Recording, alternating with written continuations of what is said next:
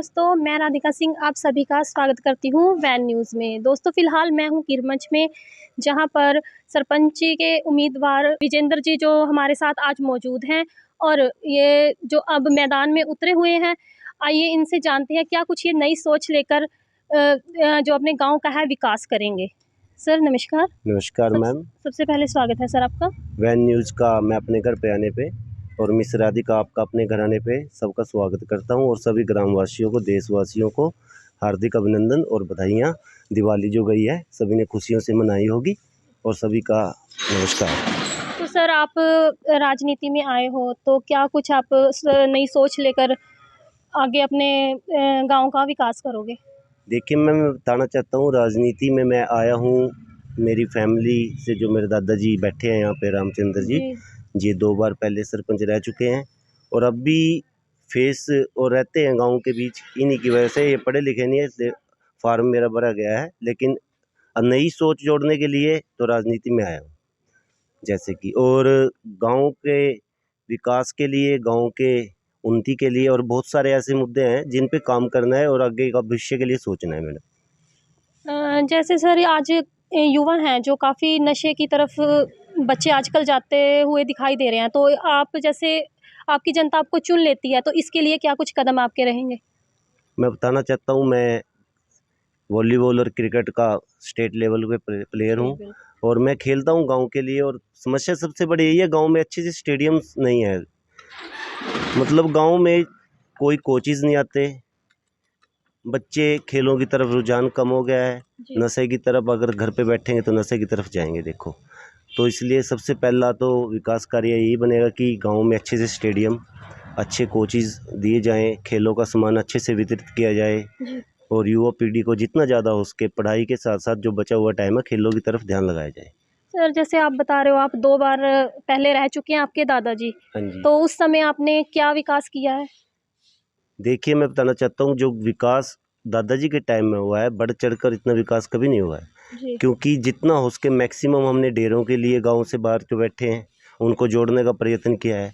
गांव की हर गली, जो भी गली थी, लगभग गलियां दादाजी के टाइम में ही पक्की करवाई गई और गांव के लिए निकासी का कार्य अच्छे से किया गया और पानी जहां पे नहीं जाता था वहां पे पानी पहुंचाया गया।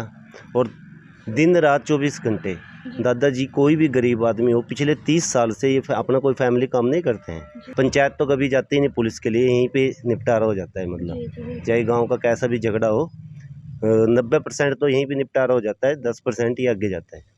तो ये जैसे महिला हैं, लड़कियां हैं, हमारी बेटियां हैं, इनके लिए क्या कुछ कदम रहेंगे? जैसे इतनी एजुकेटेड होने के बावजूद भी जो हमारी बेटियां हैं, बहुएं हैं, वो आज भी अपने घर ही बैठी हुई हैं, तो इनके लिए क्या कुछ आपके कदम रहेंगे?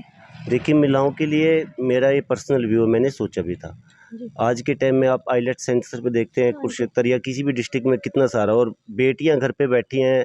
शायद वो बाहर जाने की परमिशन कम मिलती है, लेकिन पढ़े लिखे होने के बावजूद पहले तो मैं चाहूँगा गांव में एक अच्छा सेंटर हो जिस पे बेटियां पढ़े। गांव में एक लाइब्रेरी होनी चाहिए, सबसे पहला लाइब्रेरी होना ज़रूरी है। दूसरा, गांव के कुछ विकास के मुद्दे हैं, जैसे हमारे गांव में दादाजी के टाइम पे ही बना था पीएससी, जैसे आपने देखा होगा, उस साइड से आए हो आप, तो उसको सीएससी में तब्दील करवाना है। अच्छे डॉक्टर यहाँ पे हो तो। और एक गांव के पावर हाउस का मुद्दा चला हुआ है। पावर हाउस हमारे गांव में 33 केवी तो अपना पहले था, 132 केवी का सुपर प्लांट यहाँ पे लगा हुआ है। और यहाँ से जो जेई और क्लर्किकल स्टाफ सारा था वो मीन चला गया है। अब गांव में किसी को भी बिजली से कोई समस्या हो, 15 किलोमीटर दूर जाता है और इतना ही दूर पड़ता है कुरुक्षेत्र का हेड ऑफिस। तो गांव का, और इतने सारे गांव हमारे गांव के साथ जुड़े भी हुए हैं, तो ये बहुत बड़ी समस्या आ रही है, आगे फेस हो रही है। इसका निवारण करने के लिए अब इलेक्शन के बाद एकजुट होंगे और जहाँ से पॉसिबल हो उस केस को वापस करवाएंगे। क्योंकि यहाँ पे गाँव ने जगह भी दी हुई है, पंचायत ने जगह दी हुई है बिजली बोर्ड को 7 एकड़ के शायद, तो होना चाहिए। गांव का मुद्दा है, गांव में होना चाहिए। और आपकी गांव की टोटल वोट कितनी है? मेरे गांव की टोटल वोट है मैडम लगभग 5050 के आसपास। और आपका चुनाव चिन्ह क्या है? मेरा चुनाव चिन्ह है हस्त चालित पंप। ठीक है मैम, जो कि चौथे नंबर पे है। और मैं सभी से हाथ जोड़ के विनती करता हूँ, मेरे ग्रामवासियों से, कि आने वाली 12 तारीख को 4 नंबर पर हस्तचालित पंप जिसे बोलते हैं नलका, जी। वो चुनाव निशान है। बढ़ चढ़कर मतदान में भाग लें और बढ़ चढ़कर हमें अच्छे से जिताएं। जी। सुनने में आई है पहले भी आप 2 बार सरपंची के पद से जीत चुके हैं, तो पहले ऐसा बेटे, हाँ जी। पहली बार में रहा 5 जमात में पढ़े हुए हूँ, दूसरी बार मेरी घरवाली रही अच्छा जी। और लगाई में आ गई थी, फिर वह खड़ी कर दी थी, ठीक है जी। फिर वह भी सरपंच बनी। अच्छा, उसके बाद एक बार में हार गया था बेटे, ठीक है। ठीक है, और 2 बार में जीत्या, फिर 80 में आ गई थी हमारा। अरे इसके लिए फिर हमारा तो कोई घर में लड़ नहीं सका था, ये मना ये अपनी जगह पोता खड़ा करे।